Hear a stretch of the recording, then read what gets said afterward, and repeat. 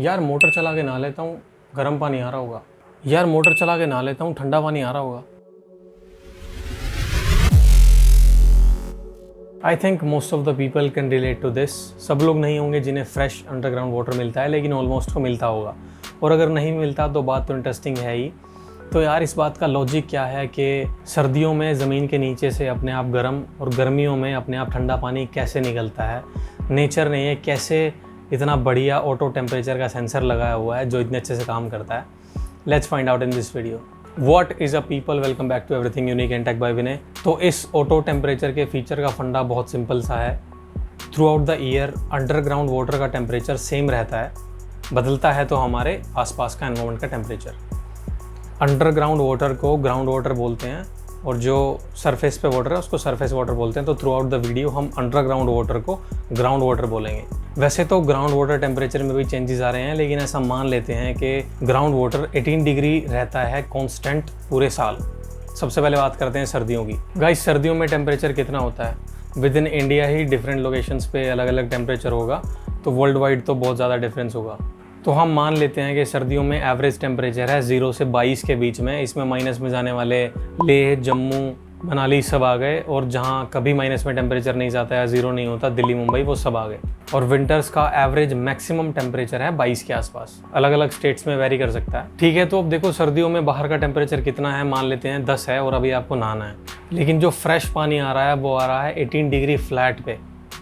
तो जब आप नहाओगे तो आपको पानी गर्म लगेगा, क्योंकि आप हो अभी 10 डिग्री के टेम्परेचर के एनवायरनमेंट में, और जो फ्रेश पानी आ रहा है वो आ रहा है 18 डिग्री फ्लैट पे, जो कि बाहर के टेम्परेचर से गर्म है। इसीलिए सर्दियों में हमें वो फ्रेश पानी गर्म लगता है। कुछ इसी तरह का सीन है गर्मियों में भी। गर्मियों का एवरेज टेम्परेचर मान लेते हैं 30 के आसपास, कभी कभी 40 से ऊपर चले जाता है और कभी कभी 25 के नीचे।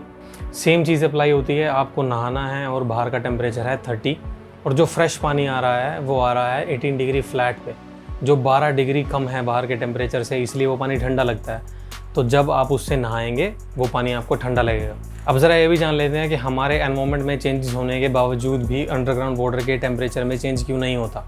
इसका आंसर बहुत सिंपल है। बहुत ही थिक लेयर है पानी के अंडरग्राउंड लेवल्स और हमारे एनवायरनमेंट के बीच में, जिसकी वजह से गर्मियों की धूप का या सर्दियों की ठंड का अंडरग्राउंड वाटर पे मिनिमम इम्पैक्ट पड़ता है। अगर आपको इस वीडियो से कुछ वैल्यू या नॉलेज मिल रही है तो please hit the like button, subscribe and share this video. अब ये सब तो ठीक है, लेकिन कुछ जगह होती हैं जहाँ पे कोई तालाब या नदी होती है नेचुरली गर्म पानी की।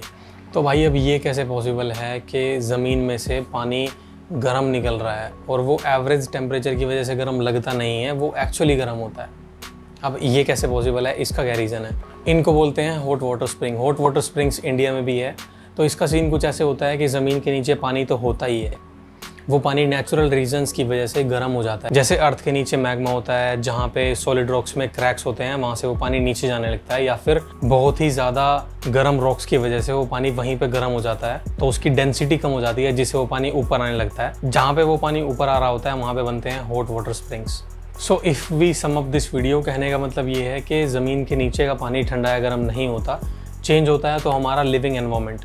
मौसम चेंज होने पे अंडरग्राउंड वाटर के टेम्परेचर में मिनिमम इम्पैक्ट पड़ता है। So guys, that's been it for this video. Catch you guys in the next one. Peace.